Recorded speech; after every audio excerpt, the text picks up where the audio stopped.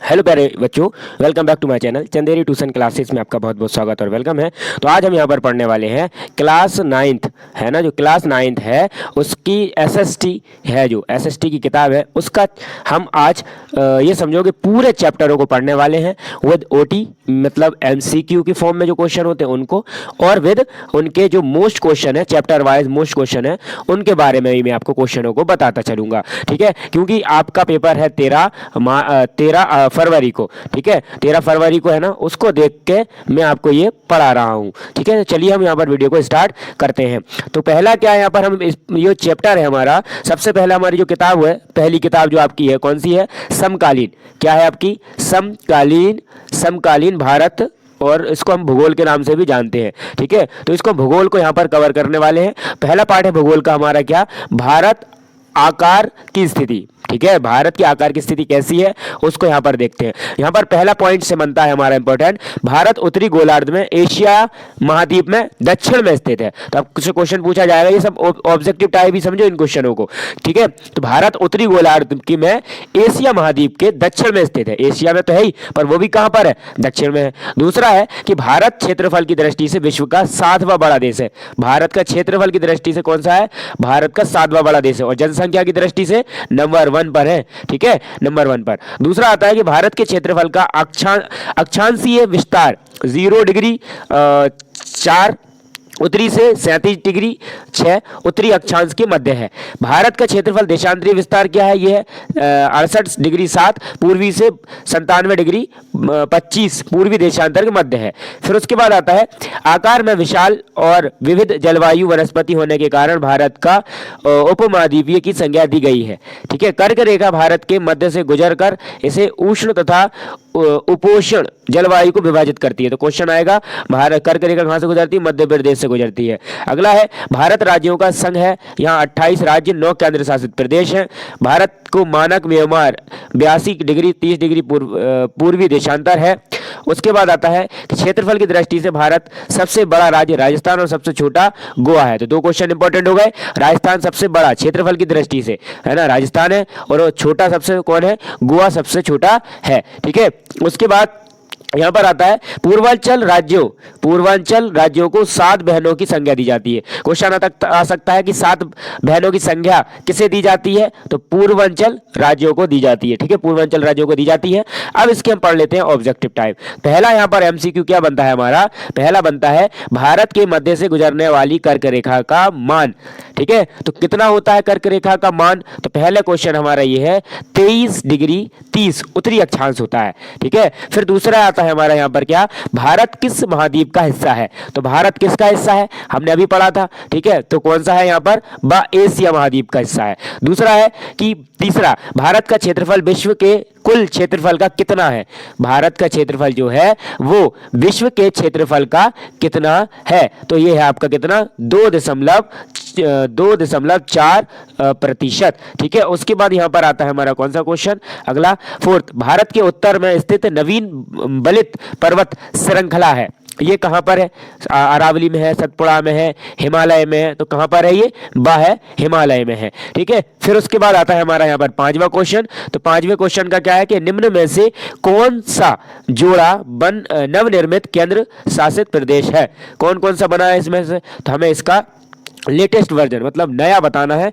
तो ये बना है आपका, कौन सा बना है, ये जम्मू कश्मीर और लद्दाख, ये क्या बना है, नवनिर्मित केंद्र शासित प्रदेश बना है, अभी बना गया था ये। ठीक है, उसके बाद यहाँ पर आता है क्या कि कर्क रेखा भारत के कितने राज्यों से होकर गुजरती है। ठीक है, तो हमें इसको कौन सा वाला बताना है, ये कौन सा हमारा 6 नंबर का है। तो बताओ कितने राज्यों से होकर गुजरती है, तो ये आता है हमारा कौन से, 8 राज्यों से होकर गुजरती है। फिर क्वेश्चन आता है कि देश का सबसे पूर्वी देशांतर निम्न में से कौन सा है, सबसे देशांतर पूर्वी कौन सा है इसमें से, तो ये हमारा कौन सा हो जाएगा, ये हमारा हो जाएगा 97 डिग्री 25 पूर्वी, यही तो पढ़ा था अभी हमने ऊपर। फिर उसके बाद यहाँ पर क्वेश्चन आता है हमारा क्या कि अरुणाचल प्रदेश और गुजरात के स्थानीय समय में कितना अंतर हो सकता है, अरुणाचल प्रदेश और इसका स्थानीय में कितना अंतर मतलब हो सकता है, तो हमें इसका बताना है। तो ये इसका कितना हो जाएगा हमारा, क्या, हो जाएगा, मतलब 2 घंटे का अंतर होता है। अगला क्वेश्चन आता है कि भारत के दक्षिण में कौन सा सागर है, तो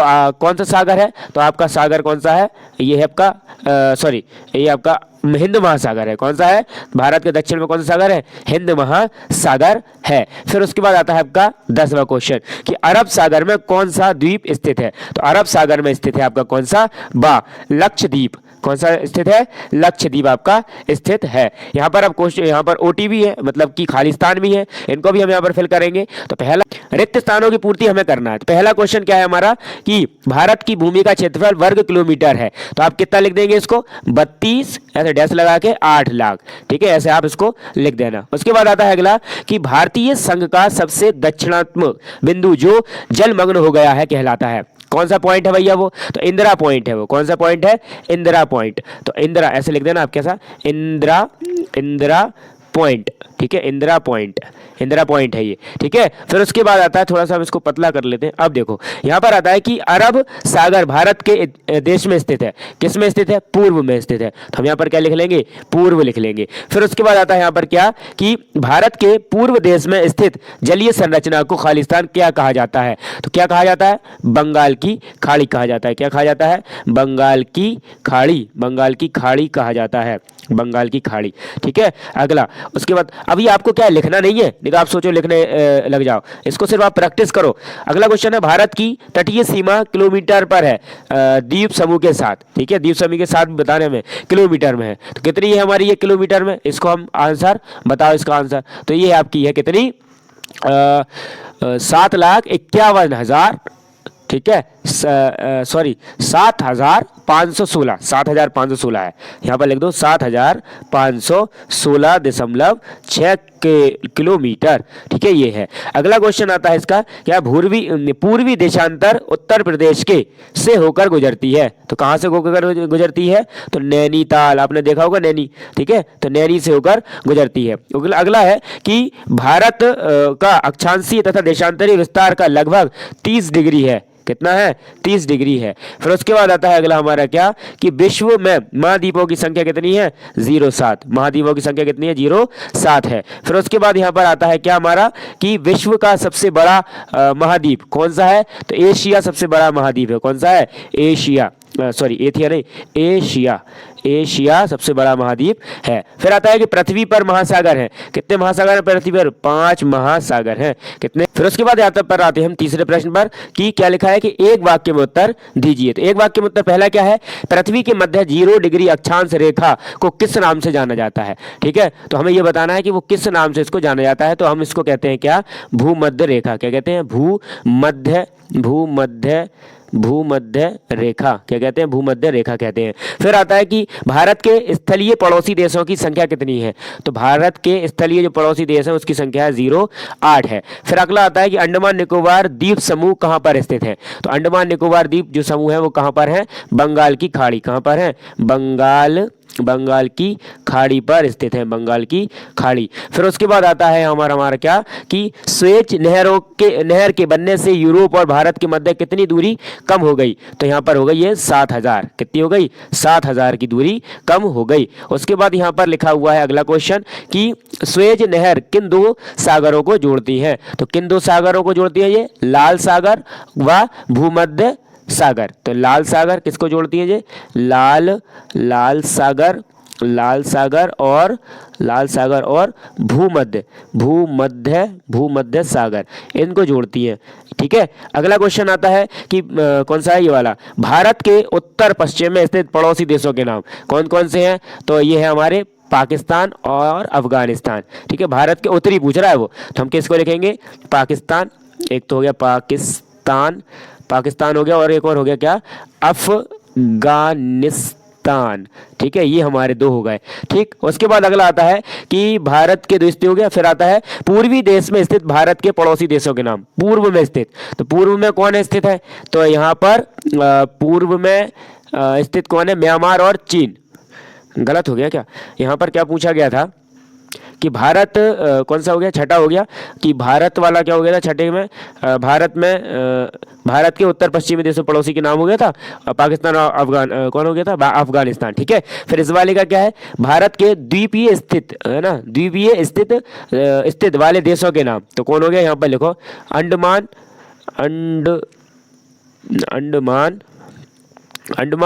निकोबार निकोबार द्वीप समूह, ठीक है, अंडमान निकोबार द्वीप समूह और मालदीप, ये हो गए आपके दो, ठीक है, और मालदीप, ये आपके हो गए, अंडमान निकोबार और मालदीप हो गए।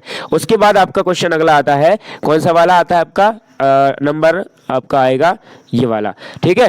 तो पूर्व में स्थित भारत के पड़ोसी देशों के नाम कौन है? एक तो आपका है म्यांमार, क्या है आपका, एक तो है आपका क्या, म्यांमार, एक मिनट, म्यांमार, तो एक तो हो गया आपका म्यांमार, ठीक है, म्यांमार हो गया, और एक हो गया आपका म्यांमार और दूसरा हो गया चीन, ये हो गए। फिर आता है कि भारत की सबसे लंबी तट रेखा वाला राज्य कौन सा है? तट रेखा वाला राज्य है आपका क्या, गुजरात। कौन है आपका, गुजरात है सबसे तट रेखा वाला राज्य। फिर आता है भारत के केंद्र शासित प्रदेशों की संख्या कितनी है? तो 9 है, ठीक है, कितनी है? 9 है केंद्र शासित प्रदेशों की संख्या। उसके बाद अब आता है हमारा क्या, सत असत। तो सत असत्य में देखो पहला क्या लिखा है कि भूमध्य रेखा को विषुवत वृत्त या भूमध्य रेखा के नाम से जाना जाता है, सत्य या असत, तो ये क्या हो गया हमारा, सत्य है। तो यहाँ पे इसको क्या लगा देंगे, राइट लगा देंगे, ठीक है, अच्छे से लगाएंगे राइट, ये हो गया। दूसरा है भारत दुनिया का क्षेत्रफल की दृष्टि से 7वां बड़ा देश है, 7वां बड़ा देश है, तो हाँ है, तो लगा दो राइट। फिर आता है हमारा क्या, तीसरा प्रश्न, भारत के दक्षिण में हिंद महासागर स्थित है, तो आप कहेंगे हाँ स्थित है, ठीक है। फिर आता है हमारा कौन सा, चौथा, आप कहेंगे क्या, भारत की स्थल सीमा रेखा लगभग 7,516.6 किलोमीटर है, तो आप कहेंगे नहीं, ठीक है। अगला आता है कि स्वेज नहर का निर्माण 1869 ईस्वी में हुआ था, आप कहेंगे हाँ हुआ था। अगला क्वेश्चन आता है कौन सा, 6 नंबर का, कि क्षेत्रफल की दृष्टि से रूस विश्व का सबसे बड़ा देश है, तो आप कहेंगे यस सही है। फिर आएगा लक्षद्वीप समूह अरब सागर में स्थित है, लक्षद्वीप जो समूह है वो कहाँ स्थित है, अरब सागर में, आप कहेंगे यहाँ यस है। फिर आएगा कि भारत और श्रीलंका के धरातल को पृथक करने वाली जल राशि पाक जल संधि और मन्नार की खाड़ी है, तो आप कहेंगे यस राइट है। फिर अगला क्वेश्चन आएगा कि भारत के उत्तर में स्थित पड़ोसी देश चीन, नेपाल और भूटान है, तो सही बात है, ये पड़ोसी है। अगला आता है कि ब्रह्मपुत्र गंगा के जालोर में निर्मित न्यू मुरे द्वीप बंगाल की खाड़ी में स्थित है, तो आप कहेंगे यस राइट है। तो ये जो खालिस्तान जो सत्य है ये भी खालिस्तान में और ऑब्जेक्टिव में पूछे जा सकते हैं, तो उनको आपको अच्छे से याद करना है। उसके बाद यहां पर आता है कि हमारा सही जोड़ियां, ठीक है। तो सही जोड़ी क्या है हमारी, देखो सही जोड़ी हम करेंगे, सबसे पहला प्रश्न है हमारा पाकिस्तान, तो पाकिस्तान का यहां पर क्या हो जाएगा हमारा, ये हो जाएगा आपका भारत के, इसको हम लिख देंगे यहाँ पर, ये हो गया हमारा पहला, ठीक है, क्या हो गया हमारा, ये पहला हो गया, मतलब इसकी जोड़ी कहाँ मिलेगी, इसके साथ मिल जाएगी। फिर अगला क्वेश्चन आता है हमारा दूसरा कि भारत, तो भारत क्या है यहाँ पर, भारत का क्षेत्रफल ये है, तो हम इसको दूसरा लिख देंगे, ये कौन नंबर हो गया हमारा, दूसरा हो गया। या फिर हम ऐसे लिख सकते हैं, ये पहला हो गया, ये हमारा दूसरा हो गया, मतलब ये जोड़ी यहाँ बन गई और ये यहाँ हो गए। फिर आता है हमारा क्या, तीसरा आता है, तो तीसरा हमारा क्या हो जाएगा, राजस्थान क्षेत्रफल का सबसे बड़ा राज्य है, तो ये तीसरा हो गया। फिर आता है पंजाब और हरियाणा, पंजाब और हरियाणा आता है, तो पंजाब हरियाणा की राजधानी क्या है, चंडीगढ़ है, तो ये हमारा कौन सा हो गया, चौथा हो गया। फिर आता है अगला उसका कर्क रेखा, क्या आता है इसका, कर्क रेखा कहाँ से है, जलवायु विभाजन, कर्क रेखा का क्या है, जलवायु विभाजन है, तो ये हमारा क्या हो गया, पांचवा। ये इस प्रकार से हमारे सही जोड़ियां भी हो गई, आपने बहुत अच्छे से इसको पढ़ लिया होगा। उसके बाद यहां पर आते हैं हमारे क्या, क्वेश्चन आंसर। तो यहां पर क्या देखो, यहां पर आप क्वेश्चन आंसर को कैसे लिखोगे, तो ये देखिए आप पढ़ लोगे, भारत के केंद्र शासित प्रदेश मैंने सबसे पहले बताए थे, भारत के पड़ोसी देशों के नाम, ये इंपॉर्टेंट क्वेश्चन है, तो आपको क्या करना है, ये दोनों इंपॉर्टेंट क्वेश्चन है, इनको करना। फिर आपका इसमें से और क्वेश्चन बन सकता है, और क्या कि कर्क रेखा भारत के कौन कौन से राज्यों से होकर गुजरती है, नाम लिखिए। और इसमें क्वेश्चन इंपॉर्टेंट क्या बन सकता है कि रेशम पर मार्ग पर संक्षिप्त टिप्पणी, कौन सा, रेशम मार्ग पर, और ये अपना भवन निर्माण पर टिप्पणी, और ये स्वेज नहर का निर्माण भारत के पूर्व के व्यापार में महत्व को लिखिए, ये हो जाएगा आपका एक। और एक ये कर्क रेखा का भारत में जलवायु पर क्या महत्व है, दूसरा उपमहाद्वीप की संख्या क्यों, भारत को उपमहाद्वीप की संख्या क्यों दी जाती है, और भारत में मानक समय की आवश्यकता क्यों है, 3 बिंदु के पॉइंट को लिखना है। ये इंपॉर्टेंट क्वेश्चन है, इनको पढ़ना आप, ठीक है। तो इस वाले चैप्टर के अंदर जो पॉइंट है, इसमें आपके जो ओटी होते हैं ना, वो बहुत कम बनते हैं, क्योंकि इसमें से ग्राफ आता है, तो हम थोड़ा सा समझ लेते हैं बस अकेला। तो क्या है यहाँ पर कि धरातल पर 3 प्रमुख स्थलाकृतियां, पर्वत, पठार और मैदान पाए पाए जाते हैं। तो जमीन पर क्या क्या पाया जाता है? पर्वत, पठार और मैदान पाए जाते हैं। फिर उसके बाद आता है कि हिमालय पर्वत श्रृंखला पर विभिन्न ऊंची पर्वत चोटियां की श्रृंखला होती है। अगला है कि हिमालय का सर्वोच्च पर्वत शिखर कौन है? Mount Everest. क्वेश्चन पूछा जाएगा कि हिमालय का कौन है, तो माउंट एवरेस्ट होता है। फिर आता है कि पर्वतों की प्रमुख विशेषता शिखरों का पाया जाना। ठीक है, पर्वतों की प्रमुख विशेषता शिखरों का पाया जाना। फिर उसके बाद आता है कि भारत के उत्तर में स्थित हिमालय पर्वत नवीन मोड़दार बलय पर्वत है। ठीक है, ये हमें याद रखना है। भारत के जो उत्तर में स्थित हिमालय पर्वत नवीन, जो नए मोड़दार है ना, वो बलय घुमावदार है ऐसे ऐसे।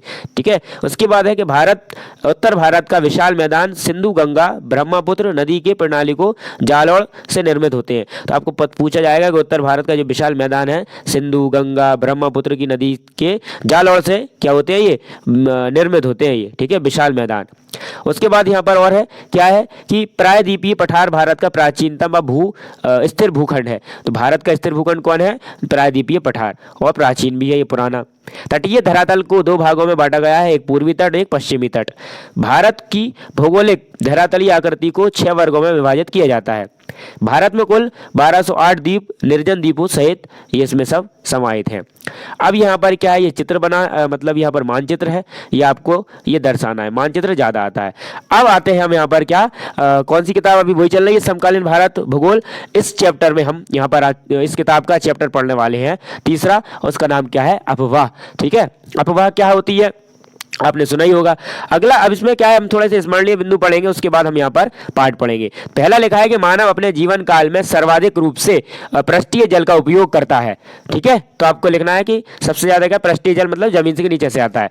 पृष्ठीय जल धरातल पर झील तालाब और नदियों के रूप में पाया जाता है। ठीक है, पृष्ठीय जल का मतलब जो ऊपर ही पाया जाता है, खुद नीचे से नहीं आता। ठीक है, ये झील नदी तालाब नदियों के रूप में पाया जाता है। अफवाह शब्द एक क्षेत्र की नदी तंत्र की व्याख्या करता है। जो अफवाह लिखा है ना, ये एक क्षेत्र की नदी तंत्र की व्याख्या करता है। फिर है कि एक नदी तंत्र द्वारा जिस क्षेत्र का प्रभावित होता है उसे अफवाह द्रोणी कहा जाता है। क्या कहा जाता है? अफवाह द्रोणी। जिस क्षेत्र में प्रभावित हो जाता है नदी तंत्र द्वारा उसे अफवाह द्रोणी कहा जाता है। इंपॉर्टेंट है। फिर है अफवाह तंत्र का नियंत्रण मुख्यतः भौगोलिक आकृतियों के द्वारा होता है, भौगोलिक आकृतियों के द्वारा। फिर आता है अगला कि भारत के अफवाह तंत्र को दो भागों हिमालय और प्रायद्वीपीय अफवाह तंत्र में विभाजित किया गया है।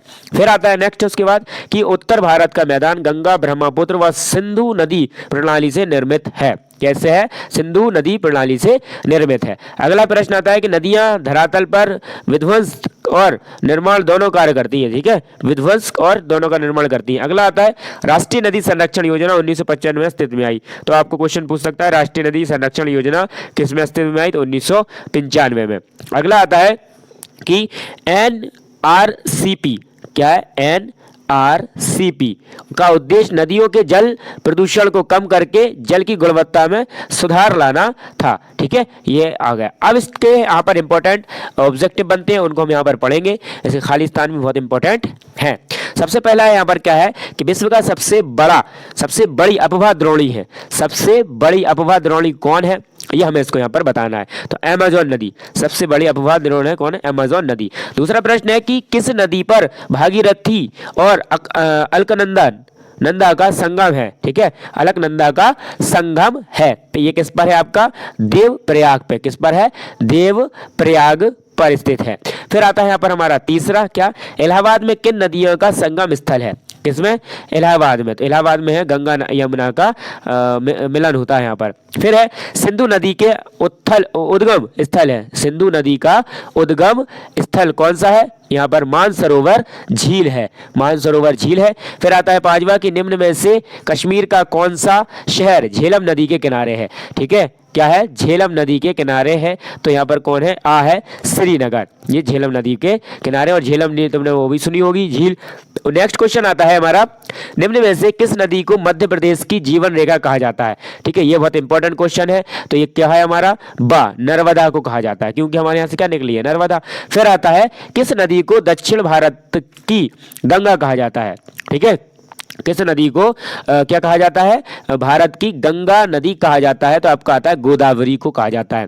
ठीक है, उसके बाद आता है नेक्स्ट कि नदियों द्वारा गोखुर झील का निर्माण कहाँ किया जाता है, मतलब कहाँ किया जाता है गोखर निर्माण, तो ये आपका किया जाता है मैदानी भागों में। कहाँ किया जाता है? मैदानी भागों में इसका प्रयोग किया जाता है। फिर उसके बाद आता है 9 नंबर का, क्या है कि निम्न में से कौन अंतर्देशीय मौसमी झील का उदाहरण है?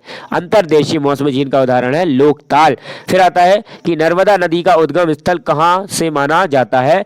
तो ये माना जाता है महेंद्रगिरी, जो महेंद्रगिरी है वहां से इसका उद्गम स्थल माना जाता है। अब आते हैं हम यहाँ पर क्या, खाली स्थान पर। किस पर आते हैं हम यहाँ पर? खाली स्थान पर।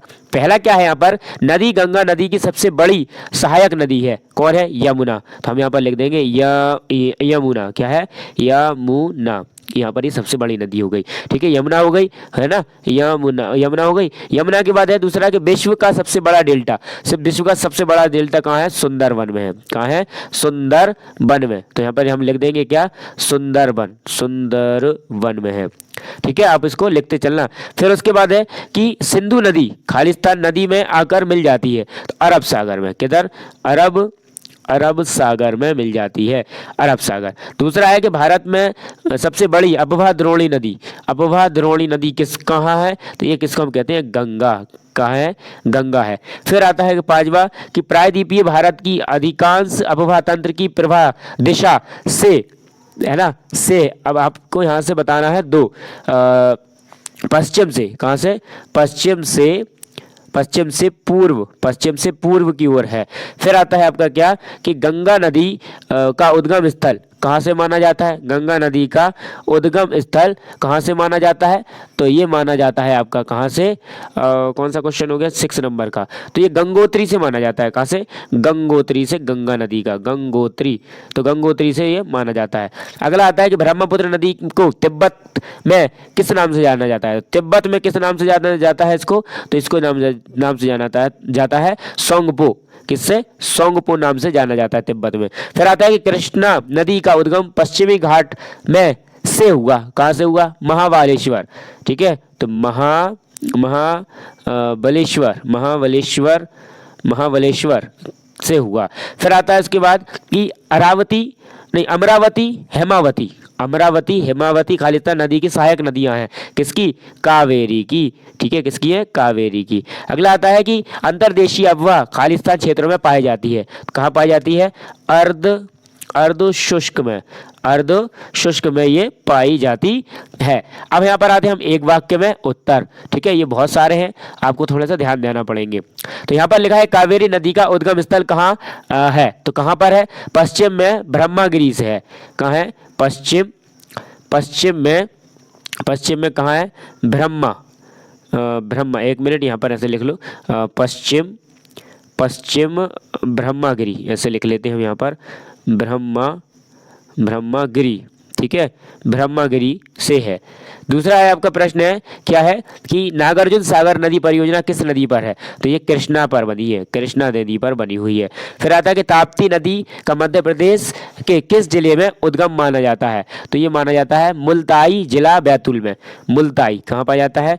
मुल्ताई जिला कहाँ है? ये जिला बैतूल में है ये, ठीक है, बैतूल में पाया जाता है। फिर आता है कि राजस्थान या इंदिरा गांधी नहर किस नदी से निकाली गई है? तो सतलज से। किससे? सतलज से निकाली गई। फिर है कि प्रायद्वीपीय भारत की सबसे लंबी नदी तो कौन सी है? गोदावरी। सबसे लंबी नदी कौन है? गोदावरी है। फिर उसके बाद आता है कि भारतीय मरुस्थल की महत्वपूर्ण नदी कौन सी है? किसकी महत्वपूर्ण है? तो महत्वपूर्ण कौन सी है ये मरुस्थल की? एक तो है लूनी, एक लूनी और एक माही, दो है, एक लूनी और एक माही है। फिर आता है कि लद्दाख, गिलगिट तथा पाकिस्तान से बहने वाली नदी कौन कौन सी है? सिंधु नदी है, एक ही नदी तो है, सिंधु, ठीक है, सिंधु नदी यहाँ पर है। फिर उसके बाद आता है यहाँ पर क्या कि ये वाला लद्दाख, गिलगिट तथा पाकिस्तान से बहने वाली नदी कौन सी है हमारी? यहाँ पर कौन सा वाला क्वेश्चन हो गया?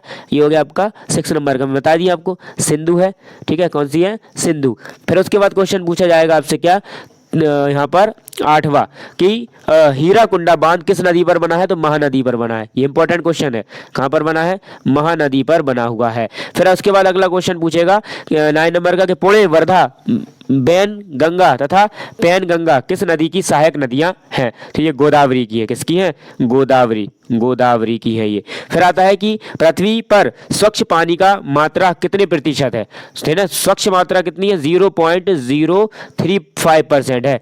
ठीक है। फिर आता है कि पृथ्वी पर स्वच्छ पानी की मात्रा हो गई। फिर है कि नमामि देवी नर्मदे परियोजना किस राज्य में प्रारंभ की गई थी? तो किसमें? ये हमारे एमपी में ही प्रारंभ की गई थी, मध्य प्रदेश में।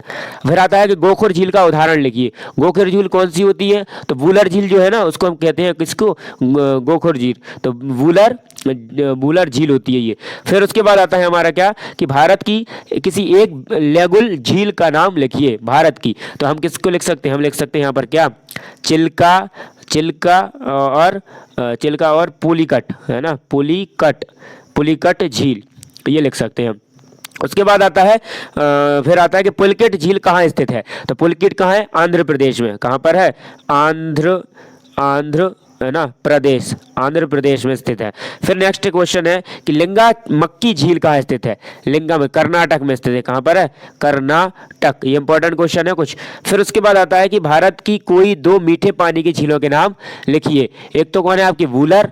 तो यहाँ पर क्या लिख लो आप? एक तो लिख लो वूलर, एक तो वूलर है, एक वूलर झील, और एक आपकी हो गई डल झील। कौन सी? डल झील, ये आपकी हो गई डल झील। एक होती है कौन सी आपकी? लोकनाक। कौन सी है? लोकताक है एक, और एक भीमताल है। ये सब आपकी मीठे पानी की झीलें हैं। फिर उसके बाद ये हो गया हमारा। फिर है कि भारत के अफवाह तंत्र को मुख्य रूप से कितने भागों में बांटा गया है? तो कितने भागों में बांटा गया है? तो ये हमें यहाँ पर बताना है कितने भागों में इसको बांटा गया है। तो ये हिमालय की नदियां तथा प्रायद्वीपीय भारत की नदियां, ये इसमें दो में बांटा गया है। इसको किसमें बांटा गया है? ये दो में बांटा गया है। फिर उसके बाद अगला क्वेश्चन यहाँ पर हमारा आता है कौन सा कि गंगा नदी की प्रमुख सहायक नदियों के नाम। तो गंगा नदी की प्रमुख सहायक नदी कौन कौन है? एक तो आपकी देखो यमुना, फिर आपकी घाघरा, ठीक है, कौन है? घाघरा। फिर है आपके क्या? गडक, है ना? गडक तथा कोसी, ये सब आपकी क्या है? सहायक नदियां हैं। फिर नेक्स्ट आता है हमारा लास्ट का कि प्रायद्वीपीय भारत की किस नदी द्वारा ज्वार नद मुख का निर्माण होता है? तो कौन कौन से का होता है? एक तो है नर्मदा तथा ताप्ती। कौन है? एक ताप्ती नदी, ये सबका पे होता है। फिर उसके बाद आता है सत्य की बात। पहला सत्य की बात आती है, तो यहाँ पर देखा होगा आप, पहला लिखा हुआ है कि प्रायद्वीपीय भारत की अधिकांश बड़ी नदियों का उद्गम क्षेत्र पश्चिमी घाट से हुआ है। तो यस, हुआ है। नेक्स्ट क्वेश्चन है हमारा क्या कि किस नदी तथा उसका सहायक नदियों का परितंत्र कहा जाता है? तो यस, कहा जाता है। फिर तीसरा आता है कि भागीरथी व अलकनंदा की धाराएं मिलकर गंगा नदी का निर्माण करती हैं या नहीं करती? तो तीसरा है करती हैं। चौथा है कि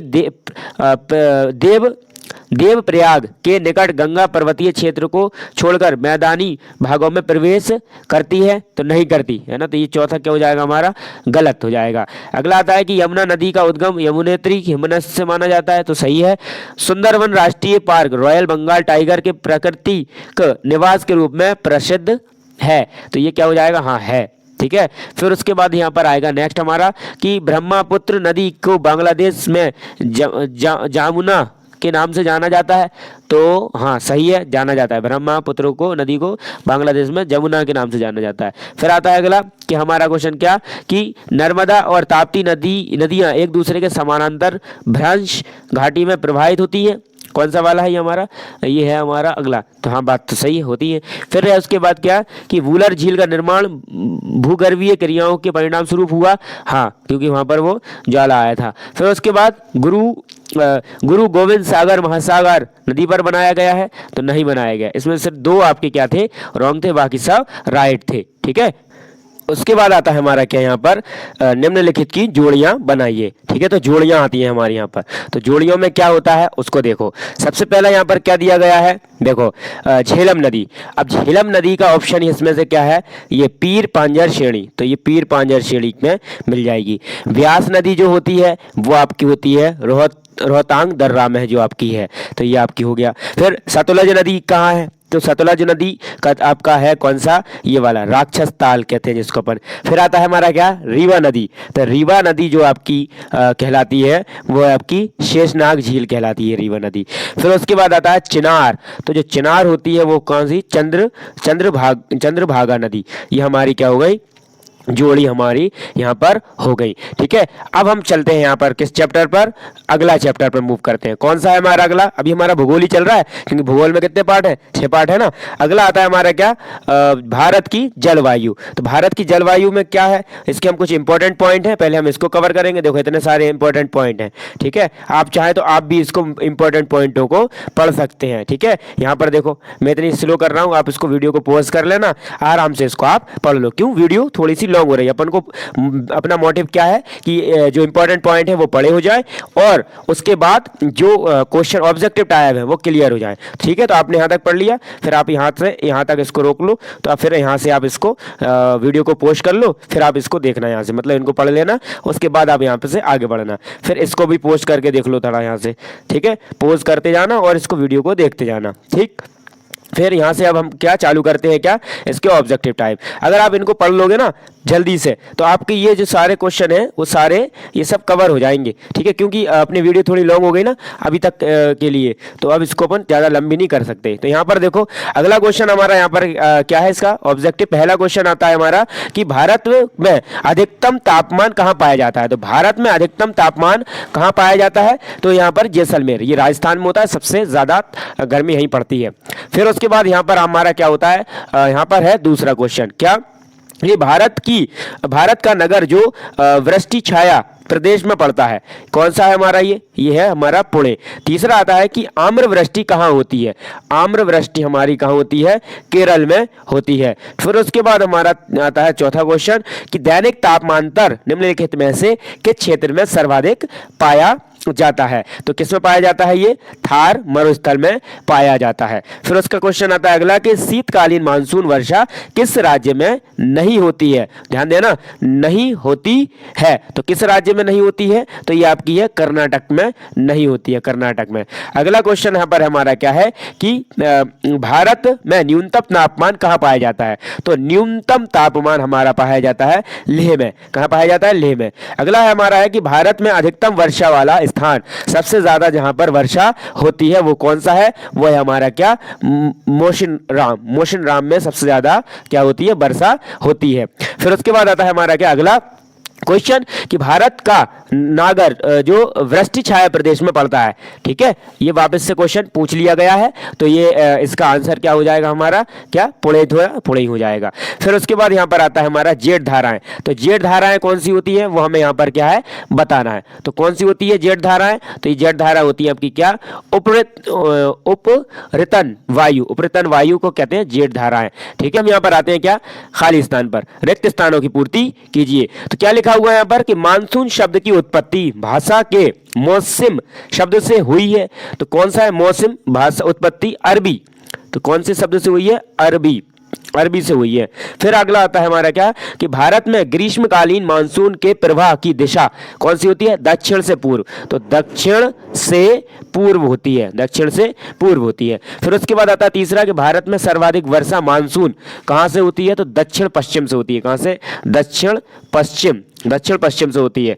फिर आता है अगला कि भारत में दक्षिण पश्चिम मानसून सबसे पहले तट पर पहुंचता है। तो कहां पहुंचता है, ये केरल में पहुंचता है। आपको पता होगा केरल में बारिश सबसे पहले हो जाती है। फिर पांचवा है कि शीत ऋतु में ITCZ खालिस्तान गोलार्ध में खिसक जाता है। तो उत्तर से दक्षिण खिसक जाता है। कहां से, उत्तर से दक्षिण खिसक जाता है, उत्तर से दक्षिण। ठीक है, फिर मध्य प्रदेश में खालिस्तान मानसून से वर्षा होती है। ठीक है, तो ये कहां से होती है, बंगाल की खाड़ी से होती है। कहां से होती है, बंगाल की खाड़ी से होती है। फिर उसके बाद क्वेश्चन आता है अगला कौन सा वाला, ये कि किस विशेष समय में किसी क्षेत्र की वायुमंडलीय अवस्थाओं को कहते हैं। तो क्या कहते हैं, मौसम। क्या कहते हैं, मौसम कहते हैं, मौसम। क्या कहते हैं, मौसम। फिर आता है उसके बाद अगला क्या हमारा यहाँ पर कि भारतीय क्या आता है कि भारतीय मानसून की 2 शाखाएं क्या भारतीय शाखाओं के मैदान भारतीय मानसून की दोनों शाखाएं खालिस्तान के मैदान में मिलती है। कौन सी? गंगा के मैदान में।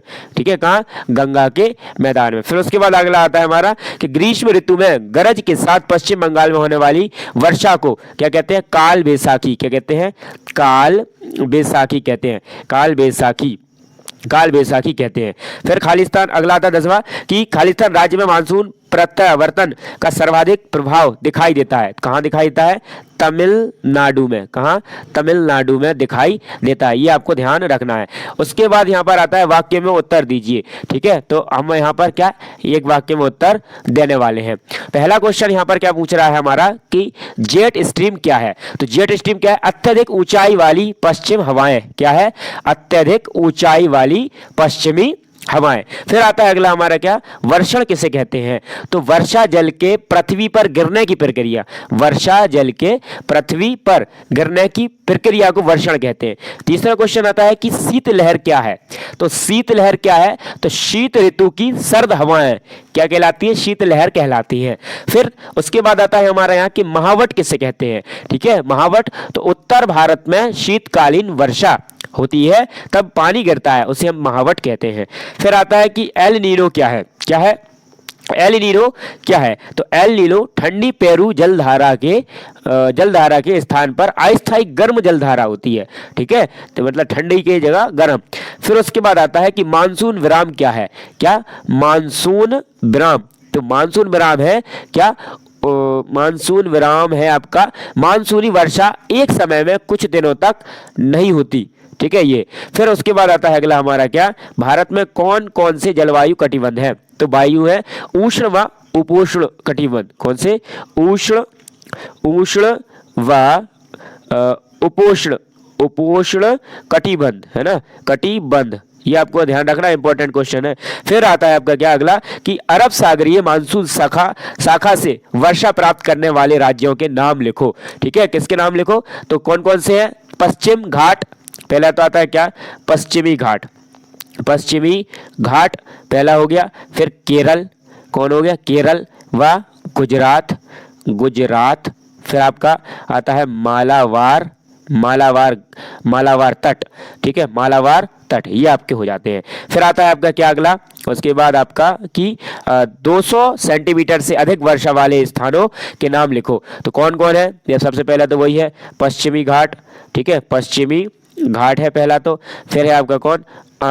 अरुणाचल, है ना, तो इसको अरुणा ऐसे कहते हैं, अरुणाचल, अरुणाचल प्रदेश ऐसे कहते हैं, अरुणाचल नहीं कहते। और उसके बाद आता है सिक्किम। कौन होता है? सिक्किम। ठीक है, ये होता है आपका, ये आपके आते हैं। फिर आता है कि भारत की प्रमुख 4 ऋतुओं के नाम लिखो। कौन कौन से होती है? आपकी होती है शीत, है ना, ग्रीष्म, फिर आपकी होती है और ग्रीष्म, मानसून आगमन और वह वापसी की ऋतु। ठीक है, ये कहलाती है मानसून आगमन व वापसी ऋतु, ये कहलाती है। ठीक है, इस या फिर अपन इसको ऐसा भी लिख सकते हैं, सर्दी, गर्मी, बरसात, है ना, और ये जितने भी 4 ऋतु होती है ना, चारों के बारे में हम यहाँ पर लिख सकते हैं। उसके बाद यहाँ पर आता है क्या? सत्य असत्य की बात ही। तो सत्य असत्य की बात आती है तो यहाँ पर लिखेंगे हम क्या? सत्य असत्य देखेंगे। तो यहाँ पर देखो सबसे पहला क्वेश्चन यहाँ पर पूछ रहा है कि मानसून शब्द की उत्पत्ति अरबी भाषा के मौसमी शब्द से हुई है। तो आपने पढ़ा था, यस तो हुई है, तो हम यहाँ पर राइट लगा दे रहे हैं। उसके बाद आता है कि मानसून का अर्थ वायु की दिशा में ऋतु के अनुसार परिवर्तन होता है। तो नहीं होता है, बिल्कुल नहीं होता है, तो हम इसको क्रॉस लगा देंगे। अगला क्वेश्चन आता है हमारा क्या कि मौसम और जलवायु दोनों के तत्व एक ही समान होते हैं। तो नहीं, अलग अलग होते हैं। फिर आता है इसका कि भारतीय द्वीपों पर मानसून की सबसे पहली वर्षा होती है। तो हाँ, होती है। फिर उसके बाद आता है हमारा 5वां कि ठंडा दिन और ठंडी रातें शीत ऋतु की विशेषता होती है। तो जो ठंडी होती है यस होती है। उसके बाद आता है अगला हमारा कि नदी जलवायु का एक महत्वपूर्ण तत्व है? नहीं है। ठीक है, नहीं है। अब आता है तटीय प्रदेशों में तापांतर कम होता है।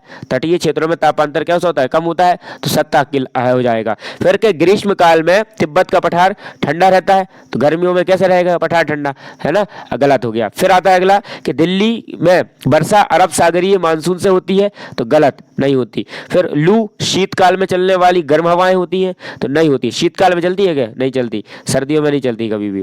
अब आता है इसके बाद हमारा क्या? जोड़ियां। तो हमें जोड़ी इनको क्या करना है? मिलाना है। पहली क्या लिखी है यहाँ पर? पहली को हम क्या करेंगे? मिलाएंगे। तो देखो यहाँ पर क्या लिखा है पहली के साथ, देखो पहले जरा क्या लिखा है? फूलों की बौछार। फूलों की बौछार किससे होती है? ये क्या है हमारी? ये हमारी है क्या? सा। कहाँ गया सा? सा सा, ये रहा। वापस करेंगे, ये रहा सा। ठीक है, सा से मिल जाएगा हमारा, ये पहला हो गया। दूसरा आता है हमारा क्या यहाँ पर कि मानसून प्रत्यावर्तन। मानसून प्रत्यावर्तन होता है सितंबर में, तो ये हमारा कौन हो गया? दूसरा हो गया। फिर आता है पश्चिमी विक्षोभ। पश्चिमी विक्षोभ क्या होता है? तीसरा। तीसरे का या कहां पर है? या पश्चिमी विक्षोभ, या ये रहा। तो ये हमारा क्या हो गया? चक्रवात, तीसरा हो गया। फिर आता है उसके बाद हमारा कौन सा? चौथा, काल बैसाखी। तो काल बैसाखी क्या होती है हमारी? पश्चिम बंगाल में कहते हैं इसको। तो ये हमारा क्या हो गया? चौथा हो गया। फिर baby Christ. Baby Christ, baby Christ होता है हमारा कहाँ पर? फा पर। तो ये हमारा हो गया फा। क्या हो गया? एलिनो, कि इसको हम लिख देंगे 5। फिर उसके बाद आता है ठंडी जलधारा। तो ठंडी जो जलधारा होती है हमारी, वो है हमारी क्या? ई, मतलब पेरू। तो ये हमारा हो गया कितना? 6 नंबर का। फिर उसके बाद आता है क्षोभ मंडल। क्या होता है हमारा? क्षोभ मंडल। क्षोभ मंडल होता है हमारा क्या? ये जेट वायुधारा। तो ये हमारा कौन सा? 6 के बाद 7 हो गया। और 8वां है आंध्र प्रदेश। तो आंध्र प्रदेश जो हमारा लास्ट का है कौन है? दक्कन का पठार, ये रहा। तो ये हमारा कौन हो गया? 8 हो गया। ठीक है, इस प्रकार से हमने ये यहाँ पर कुछ सही जोड़ी बता दी। ठीक है, इसमें से अब क्वेश्चन आंसर है जो आने वाले इंपॉर्टेंट हो सकते हैं। तो पहला तो यही है आपका कौन? केयरवियस बल किसे कहते हैं, और भारत में जलवायु प्रभावित करने वाले कारक, और पेरू महासागर के बारे में याद कर लेना थोड़ा सा। फिर मौसम और जलवायु में क्या अंतर है, और ये भारत में सबसे गर्म और ठंडी हवाओं वाला। और उसके बाद कोरामंडल, कोरामंडल तट किसे कहते हैं, और उसके बाद और भी क्या है? मानसून गर्त किसे कहते हैं? मानसूनी वर्षा, है ना? जेट पवनें क्या होती है? जेट पवनें इंपॉर्टेंट है क्वेश्चन। चक्रवात को प्रभावित करने वाले 4 तरीके बताओ। फिर उसके बाद है कि कौन सा है कि मानसून अभिक्रिया से क्या आशय है, ये वाला भी हो जाएगा। और इसमें थोड़े से ज़्यादा क्वेश्चन याद करने पड़ेंगे आपको। ये वाली कि भूमध्य रेखा भारत के मध्य से गुजरती है, तो भारत की जलवायु पड़ने वाले दुष्प्रभावों को वर्णन कीजिए, है ना? और क्वेश्चन भी हो सकते हैं इसके अंदर, जैसे कि एक ये है कि भारत की जलवायु अवस्थाओं में क्षेत्रीय भिन्नताओं के 2 कारण अलग अलग कैसे हो सकते हैं। फिर हम पढ़ते हैं यहाँ पर क्या? भूगोल का ही 5वां अध्याय। तो स्मरणीय पॉइंट है आपको यहाँ पर, देखो स्मरणीय पॉइंट कम है तो हम पढ़ ले रहे, ज़्यादा होते तो हम आपसे बोल देते। फिर पहला पॉइंट है स्मरणीय बिंदु का कि प्रकृति वनस्पति, और वनस्पति का वह भाग जो मनुष्य की सहायता के बिना अपने आप पैदा हो जाता है और लंबे समय तक उस मानवीय प्रभाव नहीं पड़ता। मानवीय प्रभाव मतलब मानव का प्रभाव नहीं पड़ता। प्राकृतिक वनस्पति या अक्षत वनस्पति कहलाता है। ठीक है, अगला क्वेश्चन आता है हमारा, क्वेश्चन ही मानो इनको भी अपन, क्या है ये? अगला आता है क्या कि देशज वनस्पति वह वनस्पति है जो मूल रूप से भारतीय है, उसे देशज कहते हैं। क्या कहते हैं? उसे देशज कहा जाता है। ठीक है, विदेशज वनस्पति जो पौधा भारत के बाहर से आए हैं, कहां से आए हैं? भारत के बाहर से आए हैं, उन्हें विदेशज वनस्पति कहा जाता है। अगला आता है भारत देश का विश्व के मुख्य 12 जैव विविधता वाले देशों में से एक है। ठीक है, भारत कैसे है? भारत है 12 विविधता, जैव विविधता मिलती है हमारे यहाँ पर। अगला क्वेश्चन है, क्वेश्चन ही मानते हैं इसको, लगभग कितना है ये? 47,000 विभिन्न जातियों के पौधे पाए जाने के कारण यह देश विश्व में 10वें स्थान पर और एशिया देशों में 4थे स्थान पर है, ध्यान रखना है। अगला प्रश्न आता है कि भारत में लगभग 15,000 फूलों के पौधे हैं, जो विश्व में पौधों के फूलों का 6% है, मतलब 6% पौधे भारत के अंदर हैं फूलों के। फिर आता है भारत में लगभग 90,000 जातियां के जानवर तथा विभिन्न प्रकार की मछलियां ताजे और समुद्री पानी की पाई जाती है। ठीक है, ये अपन को ध्यान रखना है। ठीक है, ये इंपॉर्टेंट पॉइंट है, बन सकते हैं। यहाँ पर आता है अगला हमारा यहाँ पर प्रश्न। क्या है यहाँ पर प्रश्न हमारा? तो इसमें 5 ही प्रश्न है ऑब्जेक्टिव के। तो पहला है हमारा है क्या, वनस्पति तथा वन्य प्राणियों की विविधता को प्रभावित करने वाले कारकों में निम्न में से कौन सा कारक अन्य 3 कारकों से भिन्न है? भिन्न मतलब इसमें हमें अपोजिट अलग बताना है, ऐसा जो अलग ही हो। जैसे इसमें कौन सा, देखो जलवायु, उच्च वायु, ये वाला हमारा अलग है, परिस्थितिकी तंत्र, तो ये क्या हो गया हमारा, अलग हो गया। फिर आता है कि पौधों की विभिन्न किस्मों के संदर्भ में भारत का विश्व में से कौन सा स्थान है? तो कौन सा स्थान है, अभी हाल ही तो पढ़ा था हमने, कौन सा स्थान पढ़ा था हमने? तो हमने इसमें पढ़ा था कौन सा स्थान, क्या 10वां स्थान है हमारा, हमें पढ़ा था। उसके बाद आता है हमारा तीसरा क्वेश्चन कि भारत, कौन सा तीसरा क्वेश्चन, हम यहाँ पर देख लो। तीसरा क्वेश्चन है कि भारत के किस राज्य में वनों का क्षेत्रफल सर्वाधिक होता है? ठीक है, कौन सा है हमारा तीसरा है, तो इसका हो जाएगा हमारा कौन सा, हाँ मिजोरम हो जाएगा। ठीक है, फिर उसके बाद चौथा आता है हमारा क्या कि चौड़ी पत्ती वाली सदाहरित वृक्ष ओक तथा चेस्टनट आदि निम्न में से किस वन में पाए जाते हैं? तो ये आपके पाए जाते हैं किस वाले में, गांव में, पर्वतीय वन में पाए जाते हैं। फिर उसके बाद 5वां आता है आपका कि सिमलीपाल जीव मंडल निचय कौन से राज्य में स्थित है? तो ये किस राज्य में स्थित है? उड़ीसा के अंदर ये स्थित है। फिर आते हैं हमारे क्या, खालिस्तानों को भरो। तो खालिस्तान आता है हमारा, पहला खालिस्तान क्या है, तो उसको देखो। सबसे पहला खालिस्तान क्या है हमारा, ये है हमारा किसी की सजीव प्रणाली के चारों ओर पाए जाने वाले लोग, स्थान, वस्तुओं एवं प्रकृति को क्या कहते हैं?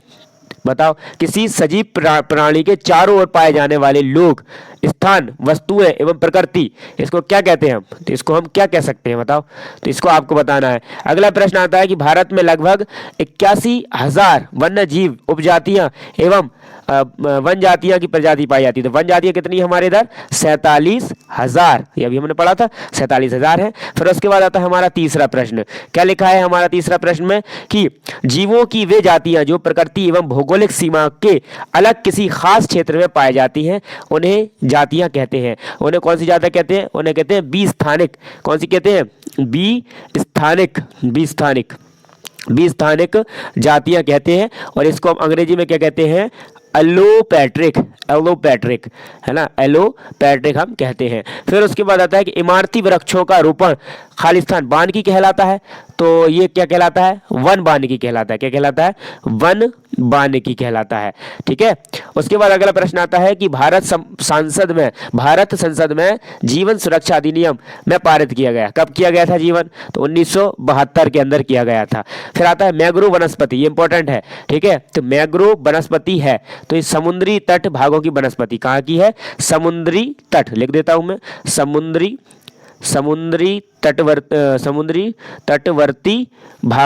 तटवर्ती भागों की वनस्पति है ये। कहाँ की है ये? वनस्पति है समुद्र की। फिर आता है कि क्या आता है? बकरवाल घुमक्कड़ जाति द्वारा कार्य किया जाता है। तो पशुचरण का, सिर्फ पशु चराए जाते हैं, पशुचारण का होता है। फिर आता है कि अल्पाइन वनस्पति मीटर सेकंड से अधिक की ऊंचाई पाई जाती है। किसमें पाई जाती है? 3600। तो यहाँ पर लिख देना कितना?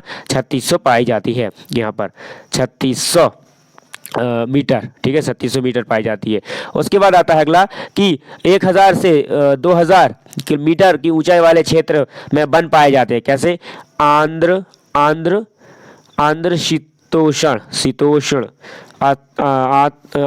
शीतोष्ण पाए जाते हैं, कटिबंध। ठीक है, आंध्र ऐसे लिख देना, आंध्र शीतोष्ण कटिबंध। ठीक है, कटिबंध ये पाए जाते हैं। फिर आता है कि भारतीय शेरों की प्राकृतिक आवास स्थल में क्या है? गुजरात के गिर वन में। ठीक है, गुजरात के कहाँ है? गुजरात के गिर वन, जो गिर जंगल है ना, वहां पर पाए जाते हैं शेर बहुत सारे। अगला प्रश्न आता है कि एक वाक्य में उत्तर लिखिए। एक वाक्य में उत्तर देना है हमें यहाँ पर। ठीक है, तो जो छोटा होगा तो मैं लिख दूंगा और जो बड़ा होगा तो वो आपको बताना है। देशज वनस्पति किसे कहते हैं? तो देशज वह वनस्पति जो मूल रूप से भारतीय है, उसे देशज वनस्पति कहते हैं। फिर आता है किस राज्य में वनों का क्षेत्रफल सबसे अधिक है? तो ये आपका मिजोरम में है सबसे अधिक। फिर आता है कि 2011 की रिपोर्ट के अनुसार भारत में वनों का कुल कितना क्षेत्रफल भारत के क्षेत्रफल के कितने गुना है, तो ये आपका कितना है, ये आपका है 21.05। ठीक है, फिर उसके बाद आपका आता है कि कटीले वनों की वनस्पतियों के नाम, तो ये आपका कौन होता है, एक होता है नागफनी और आकाशिया, आकाशिया ये आपका नाम होता है। फिर आता है याक कहाँ पाए जाते हैं, तो याक पर्वतीय क्षेत्रों से अधिक ऊंचाई वाले क्षेत्रों में पाए जाते हैं ये। ठीक है, फिर आता है कि मैनग्रोव क्या है, मतलब ये क्या है, तो मैंग्रोव एक प्रकार की वनस्पति है जिसमें पौधों की जड़ें समुद्री पानी में डूबी रहती है। कहाँ डूबी रहती है, समुद्र के पानी में। फिर आता है कटीले वन भारत में किस भाग में पाए जाते हैं, तो ये उत्तरी पश्चिमी भाग में पाए जाते हैं। कहाँ पाए जाते हैं, उत्तरी पश्चिमी भाग में पाए जाते हैं। अगला आता है कि सागौन वृक्ष किस प्रकार के वनों में मिलते हैं, तो सागौन वृक्ष किस में मिलते हैं, उष्ण कटिबंधीय पर्णपाती वनों में। ठीक है, उष्ण कटिबंधीय पर्णपाती वनों में मिलते हैं। फिर आता है कि पर्णपाती वनों की मुख्य विशेषता क्या है, पर्णपाती वन क्या होते हैं, वर्षा में एक बार अपनी पत्तियां गिरा देता है। बरसात में क्या करता है ये पौधा, बरसात जैसी आती है ना तो इसका पतझड़ हो जाता है, ये पत्तियां गिरा देता है नीचे। ठीक है, वैसे तो बसंत में गिरते हैं। फिर अगला आता है कि आर्थिक रूप से महत्वपूर्ण वन कौन से हैं, तो उष्ण कटिबंधीय पर्णपाती वन। ठीक है, ये है हमारे। अगला आता है हमारा क्या, सत्य असत्य। ठीक है, सत्य असत्य की बात आती है यहाँ पर, तो सत्य असत्य हम बहुत अच्छे से करते हैं। पहला आता है हमारा क्या लिखा है कि वह वनस्पति जो मनुष्य की सहायता के बिना अपने आप पैदा होती है और लंबे समय तक बिना किसी के हस्तक्षेप के उगती है उसे अक्षय वनस्पति कहते हैं। तो अक्षय वनस्पति, अक्षय का मतलब ही होता है कौन सा, जो मिटता ना है, मिटता नहीं है। तो पहला ये सत्य हो जाएगा। दूसरा है आज का वनस्पति पर प्रत्यक्ष एवं अप्रत्यक्ष प्रभाव पड़ता है, यही कारण है कि पर्वत पठार एवं मैदान में तटीय क्षेत्रों की वनस्पतियों में विविधता पाई जाती है। तो ये भी क्या है, सही है। तीसरा आता है कि भारत में उष्ण कटिबंधीय सदाबहार वन पश्चिमी घाट के पश्चिमी डालों पर पाए जाते हैं। तो ये भी क्या हो जाएगा, आपका सत्य हो जाएगा। फिर आपका चौथा नंबर का आता है कि 200 सेंटीमीटर से अधिक वर्षा वाले क्षेत्र में उष्ण कटिबंधीय सदाबहार वन पाए जाते हैं। चौथा भी क्या हो जाएगा, आपका सही हो जाएगा। पांचवा है आपका क्या कि चंदन, आंवला, महुआ, सागौन, बांस आदि प्रजातियों के साथ ऊंची कटिबंधीय सदाबहार वनों में पाए जाते हैं। तो ये क्या आपका हो जाएगा, गलत, इसमें नहीं पाए जाते। ठीक है, अगला आता है हमारा क्या कि जंगली गधे राजस्थान के कच्छ के रण में पाए जाते हैं। ठीक है, तो ये क्या होता है आपका, राइट, ये सही पाए जाते हैं। फिर उसके बाद आता है आपका क्या कि भारत जीव सुरक्षा अधिनियम 1972 में लागू किया गया था, तो हाँ किया गया था। फिर उसके बाद यहाँ पर अगला आता है हमारा क्या कि सुंदरवन में रॉयल सुंदर ये यहाँ पर क्या है, एक क्वेश्चन मिस हो गया। क्या लिखा है कि जंगली गधे राजस्थान के कच्छ, पहली बात तो राजस्थान में कच्छ में नहीं पाया जाता, कच्छ में कहाँ पाया जाता है, ये गुजरात में पाया जाता है कच्छ, तो ये गलत हो जाएगा। यहाँ पर ये छठा नंबर का क्या हो गया, गलत हो गया। फिर आता है आपका ये सातवां, भारत के जीव सुरक्षा अधिनियम 1972 में लागू किया गया, तो सही है, किया गया था। फिर उसके बाद अगला आता है कि सुंदरवन में रॉयल बंगाल टाइगर होते हैं, तो पाए जाते हैं। ठीक है, ये हो गया हमारा। फिर आता है अगला कि तिब्बत में पाए जाने वाले गधे को कियांग कहते हैं, तो क्या कहते हैं, कियांगी कहा जाता है, सत्य है। उसके बाद आता है अगला कि काजीरंगा नेशनल पार्क राजस्थान में स्थित है, तो ये गलत है। ठीक है, ये स्थित नहीं है। अगला आता है हमारा क्या, सही जोड़ियां बनाइए। पहला है हमारा क्या, सदाबहार वन। तो सदाबहार वन क्या है, सदाबहार वन आपका आ जाएगा कहाँ लगेगा, ये सिकोना में, ये पहला हो गया। फिर है पर्णपाती वन, तो पर्णपाती वन कहाँ है, आपके सागौन के वनों को कहते हैं पर्णपाती वन, तो ये दूसरा हो गया। फिर आता है इसका तीसरा प्रश्न क्या है, तटीय वन, तो तटीय वन कहाँ है हमारा, सुंदरी वन कहते हैं इसको हम, ये तीसरा हो गया।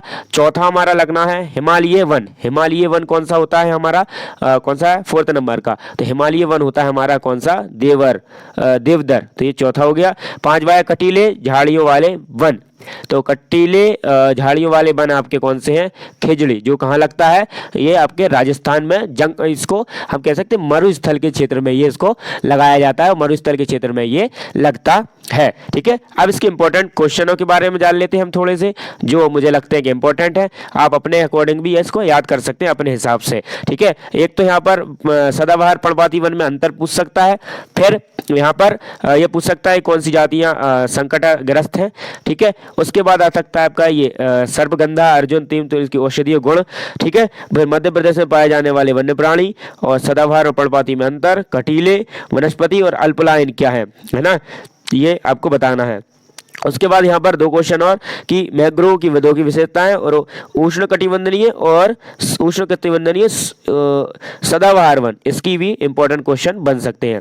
ठीक है, और भारत के प्रमुख दो पक्षी अभय के नाम लिखिए, ये हो सकता है, ये बन जाए आपका एक क्वेश्चन। और ये भारत के दो जीव मंडल के निचले निचय के भाग, यह सब इंपॉर्टेंट है, आपको याद करना पड़ेंगे।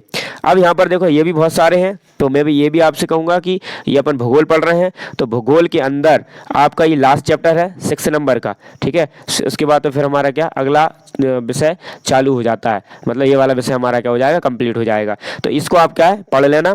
देखो कितना अच्छा लिखा हुआ है कि जनसंख्या किसी शहर या देश में रहने वाले मनुष्यों की कुल संख्या को कहते हैं जनसंख्या। ठीक है, तो बहुत अच्छे पॉइंट बने हुए हैं, तो आप आराम से इनको स्क्रीन को रोक के, वीडियो को रोक के आप आराम से पहले इनको पढ़ लें, उसके बाद ही क्वेश्चनों को आंसरों का लगाएं, क्योंकि आप अगर आप पढ़ के लगाएंगे तो आपको बहुत सारे क्वेश्चन इसके बन जाएंगे। चलिए स्टार्ट करते हैं हम यहाँ पर ऑब्जेक्टिव को। तो यहाँ पर क्या है ऑब्जेक्टिव हमारा पहला कि 2011 की जनगणना के अनुसार सबसे अधिक जनसंख्या वाला राज्य कौन सा है। तो पहला हमारा कौन सा हो जाएगा यहाँ पर, उत्तर प्रदेश सबसे बड़ा है। फिर आता है कि भारत के पड़ोसी देशों में किस जनसंख्या महत्व भारत से अधिक है। भारत के पड़ोसी जितने भी देश हैं उसमें सबसे ज़्यादा कौन है, तो इनमें से आपका कि पाकिस्तान, नेपाल, तो कौन है हमारा, बांग्लादेश में सबसे ज़्यादा है, अगर हम पड़ोसी देशों के बारे में बात करें। ठीक है, पड़ोसी देशों के बारे में बात करें। फिर इसके बाद अगर चीन होता तो फिर हम चीन को लगाते। फिर उसके बाद अगर आता है हमारा क्या है कि निम्न में से कौन सा कथन लिंगानुपात को सही तरीके से परिभाषित करता है। ठीक है, तो ये तीसरा वाला हमारा हो जाएगा कौन सा, ये वाला कि प्रति 1000 पुरुषों पर महिलाओं की संख्या, 1000 पर तो नापते हैं ना। ठीक है, तो ये वाला हो जाएगा। 4 नंबर का क्वेश्चन है कि निम्नलिखित में से किस राज्य में जनसंख्या घनत्व न्यूनतम पाया जाता है। ठीक है, कितना न्यूनतम पाया जाता है, तो आपका अरुणाचल में प्रदेश में पाया जाता है। फिर उसके बाद आता है कि 2011 की जनगणना के अनुसार भारत की जनसंख्या का घनत्व कितना रह गया, 382 व्यक्ति प्रति वर्ग किलोमीटर रह गया। ठीक है, उसके बाद आते हैं हम यहाँ पर रिक्त स्थानों की पूर्ति कीजिए। तो खालिस्तान में क्या है कि एक वर्ष में प्रति 1000 व्यक्तियों पर मरने वाली संख्या को क्या कहते हैं, मृत्यु दर कहते हैं। क्या कहते हैं, मृत्यु दर कहते हैं।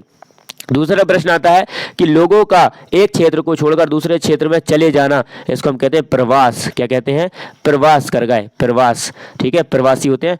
फिर तीसरा होता है कि 2011 की जनगणना के अनुसार भारत में साक्षरता दर, ठीक है, कितनी है, 73%। फिर आता है फोर्थ, किशोर जनसंख्या में प्रायरू खालिस्तान से अधिक, तो हम यहाँ पर लिखेंगे 10 से 19, पहले में 10 फिर दूसरे में 19। फिर आएगा अगला कि एक शिक्षित एवं स्वास्थ्य जनसंख्या ही खालिस्तान निर्णय ले सकती है, किसका, बुद्धिमत्तापूर्ण, है ना, दिमाग वाली जनता जब भी तो ले पाएगी, बुद्धिमत्तापूर्ण होगा, ये हो जाएगा। फिर इसके अब देखो एक वाक्य में उत्तर देना है, हमें क्या देना है, इसके एक वाक्य में उत्तर देना है। पहला क्वेश्चन है कि केरल में जनसंख्या घनत्व अधिक क्यों है, इसके हमें उत्तर देना है। तो ये इसलिए है कि क्योंकि वहां पर क्या है, समतल मैदान है ना, उपजाऊ मिट्टी, पर्याप्त वर्षा, ये सब वहां पर होती है, इसलिए यहाँ पर क्या है, जनसंख्या घनत्व अधिक है। ठीक है, दूसरा क्वेश्चन है कि जनसंख्या परिवर्तन को कितने प्रकार व्यक्त किया जाता है, नाम लिखिए। तो इसमें है सबसे पहला तो क्या है, जन्म दर, फिर मृत्यु दर, ठीक है, मृत्यु दर, फिर तीसरा होता है प्रवास। 3 तरीकों से आपको डिपेंडेबल होता है ये। फिर आता है तीसरा प्रश्न कि जनसंख्या घनत्व से क्या आशय है।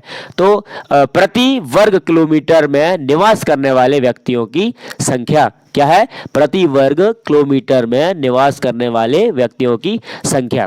चौथा आता है कि भारत की आधी आबादी किन 5 राज्यों में निवास करती है। तो उत्तर प्रदेश, बिहार, महाराष्ट्र और पश्चिम बंगाल। कहाँ, एक तो यूपी में है ना, यूपी के अंदर, बिहार में, एक बिहार में और एक महाराष्ट्र में और पश्चिम बंगाल, कहाँ पर, पश्चिम बंगाल और आंध्र प्रदेश। ठीक है, इसमें ये निवास करती है सबसे ज़्यादा। फिर आता है कि भारत की जनसंख्या घनत्व कितना है। तो 382 व्यक्ति है। फिर आता है कि भारत पहली जनगणना कब हुई थी। तो पहली जनगणना हुई थी 1972 में। ठीक है, भारत में सबसे कम लिंगानुपात वाला राज्य कौन सा है। तो हरियाणा। ठीक है, क्या है, हरियाणा है, हरियाणा। फिर आता है कि भारत में सबसे अधिक लिंगानुपात वाला कौन सा है। तो केरल है। कौन है, केरल है। अब आते हैं हम यहाँ पर क्या, सत्य पर। सत्य हमें बताना है। देखते हैं क्या है। पहला क्या है कि वर्ष 2000 में राष्ट्रीय जनसंख्या नीति लागू की गई, तो हम कहेंगे हाँ की गई थी। फिर अच्छी तरह ऊपर से लिख लेते हैं उसको यहाँ से, तो क्या हो गया की गई थी। दूसरा प्रश्न है कि जनसंख्या परिवर्तन में प्रवास की भूमिका का कोई प्रभाव नहीं पड़ता, तो बात सही है, नहीं पड़ता। अगला प्रश्न है कि भारत की जनसंख्या वृद्धि का एक कारण मृत्यु दर में कमी है, तो हाँ बिल्कुल सही बात है, ठीक है, कमी है। फिर उसके बाद आता है हमारा कौन सा चौथा प्रश्न आता है, तो चौथा, भारत में जीवन जीने की औसत आयु 68 वर्ष है, ठीक है। फिर आता है उसके बाद 15 से 59 वर्ष की जनसंख्या को कार्यशील जनसंख्या भी कहते हैं, तो ये कौन सा हो जाएगा हमारा पांचवा आपका राइट हो जाएगा, सही है। फिर उसके बाद आपका 6 नंबर का आता है कि वर्ष 2011 की जनगणना के अनुसार सबसे अधिक जनसंख्या वाला राज्य कौन है, उत्तर प्रदेश, तो हाँ बात सही है। फिर आता है कि भारत जनगणना प्रति 5 वर्ष की जाती है, 5 वर्ष में की जाती है ना, तो ये क्या हो जाएगा हमारा छठा सत्य हो गया था, ये क्या हो जाएगा हमारा असत। 5 वर्ष की जाती है, भारत में जनगणना प्रति 5 वर्ष की नहीं की जाती, बहुत दिन पहले, कब हुई थी 2011 में, अभी तक नहीं हुई। फिर उसके बाद आता अगला क्या लिखा है कि व्यवसाय के आधार पर उद्योगों में संलग्न जनसंख्या को तृतीयक व्यवसाय में रखा जाता है, इसमें रखा जाता है, तो ये क्या हो जाता है, नहीं रखा नहीं जाता। अगला है कि ग्रामीण जनसंख्या संरचना कृषि कार्य को करने में लगे लोग शामिल होते हैं, तो हाँ हो जाते हैं। उसके बाद यहाँ पर क्या है अगला कि जनसंख्या की व्यावसायिक संरचना से देश के आर्थिक विकास की जानकारी मिलती है, तो हाँ मिलती है। फिर इसके बाद यहाँ पर आते हैं हमें जोड़ियाँ, तो हमें जोड़ियों के आंसर देना है। तो यहाँ पर देखो पहला क्या लिखा है हमारा, पहला है सिक्किम की जनसंख्या, तो सिक्किम की जनसंख्या क्या है हमारी, कितनी है, 6 लाख है, पहला है। दूसरा, पहली जनगणना कब हुई थी, अभी मैंने एग्जैक्ट बिल्कुल थोड़ी देर पहले ही बताया, 1972 में हुई, ठीक है। तीसरा क्या है, संपूर्ण जनगणना, तो तीसरा हमारा क्या है, तीसरा है संपूर्ण जनगणना 1881 में हो गई थी, ये तीसरा हो गया। फिर आता है कि बाल युवा एवं वृद्ध ये सब अधोसंरचना कहलाती है, चौथा हो गया। फिर क्रियाकलाप के आधार पर क्या ये की बचा आपका दा वाला, तो ये दा हो जाएगा, तो ये 5 होगा, ठीक है। इस प्रकार से ये हमने क्या कर लिया, आपका जो अध्याय है कौन सा, एसएसटी का जो आपका भूगोल है, भूगोल के हमने पूरे 6 चैप्टर के ऑब्जेक्टिव कर लिए, ठीक है। अब इस वीडियो में इतना ही पढ़ेंगे क्योंकि वीडियो बड़ी हो गई है, आपने बहुत अच्छा साथ दिया, पूरी वीडियो देखी, वीडियो को लाइक करें। और अगर कोई दोस्त आपका ऐसा है जो पढ़ रहा है 9th में और उसका भी पेपर है 13 फरवरी को, तो आप उसको भी इसको भेज सकते हैं और फ्यूचर में इसकी तैयारी कर सकते हैं। थैंक्स फॉर वॉचिंग, मिलते हैं नेक्स्ट वीडियो में। अगर आपने लाइक नहीं किया है तो लाइक जरूर कर दें, क्योंकि इतनी देर से वीडियो बना रहे हैं तो आपका एक लाइक जरूर चाहिए। थैंक्स फॉर वॉचिंग, मिलते हैं नेक्स्ट वीडियो में।